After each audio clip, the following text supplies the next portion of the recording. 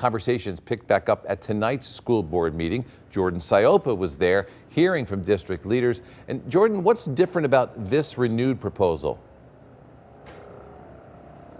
Well, Mike, as of now, there aren't any changes. The board of directors is deciding if it wants to move forward with the plan as is, and tonight they submitted a list of questions and concerns to the superintendent.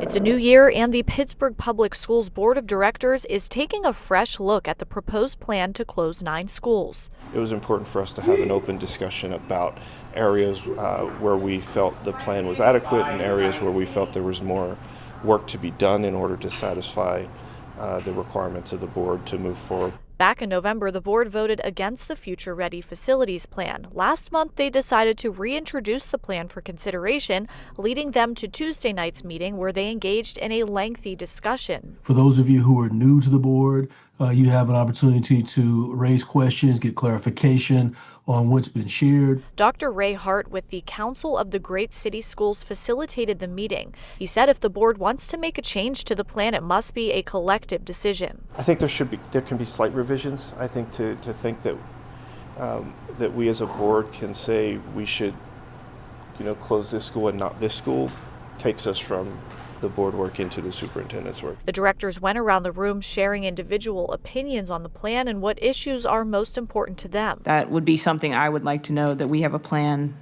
after, if a building is empty, that we have a plan for it. So something that's been missing for me is clarity around trade-offs of these choices that we're making. Later in the meeting, the board narrowed down their points into a shorter list to give to the superintendent. Because there's a belief of the board that we have to do something, it makes sense for us to clarify what those missing items or insufficient items are and give the superintendent an opportunity to rectify it.